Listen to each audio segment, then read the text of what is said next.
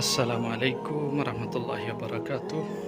এটা হচ্ছে আমি যেখানে দোকান নিছি, এইখানে এই মসজিদে 5 ওয়াক্ত আলহামদুলিল্লাহ নামাজ পড়ি। আর এটা আমার দোকানের পিছনেই। আপনাদেরকে আজকে এই মসজিদটা শেয়ার করার উদ্দেশ্য হলো যে হয়তো আপনারা অবগত আছেন যে আরব কান্ট্রিতে আপনার এখন ইফতার প্রায় বন্ধ করে দিয়েছে সরকারিভাবে। তো আমরা যেখানে আছি এইখানে আপনার ওনারা পার্সোনালভাবে খাওয়ায় ইফতারি, বিশেষ করে বাঙালি, পাকিস্তানি আর অন্যান্য দেশের মানুষ যারা, তাদের জন্য এই ব্যবস্থাটা। আর পানি আগে থেকে ওনারা অনেকগুলি আইনা রাখছিল, তো এখন মাত্র 6 রমজান হয়তো গেছে, এখনই পানি শেষ হয়ে গেছে গা। আর আমাদের ইফতার পার্টিটা যে জায়গায় হয় সেটা আপনাদেরকে দেখাচ্ছি।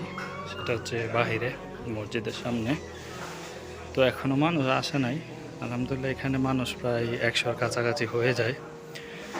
আর অনেক উমানি বা প্রায় উমানিরাই আপনার গাড়ি দিয়ে যার যেটা ইচ্ছা হয় এখানে দিয়ে যায় আর কি। কেউ খেজুর দিয়ে যাচ্ছে, কেউ খেজুর দিয়ে যেতেছে, কেউ তো আপনার তরমুজ দিতেছে, মানে যার যেটা ইচ্ছা করে সেটাই আপনার এখানে পৌঁছায় দেয় আর কি। আর এখানে মানুষ বেশি হওয়ার কারণে মানে ইফতারিরে আপনার ভাগ করে ফেলে। তো এখানে হচ্ছে প্রথমত বিরিয়ানি, আর বিরিয়ানি হচ্ছে মুরগির মাংসের বিরিয়ানি আর কি।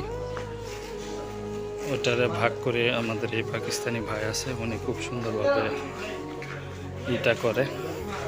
এই যে আমাদের বদ্দা।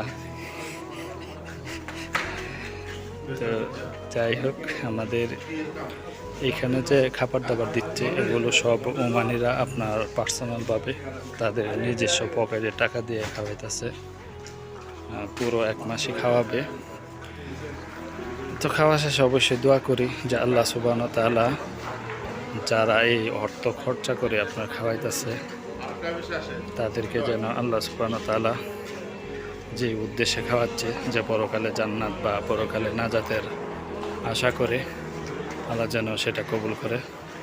ওনাদের জন্য দোয়া করবেন সবাই, যেন আল্লাহ সুবহানাহু ওয়া তাআলা সবার যেসব প্রত্যেকটা মুসলিমের মনের মধ্যে আশা থাকে যে পরকালে জান্নাত, তো জান্নাতের উচ্চতম মাকাম জাতিকে ওনাদেরকে দান করে যারা এই ব্যবস্থা করছে। আরেকটা বিষয় যে এখানে চা গাওয়া, তারপরে খেজুর, ওগুলো দিয়ে রাখে।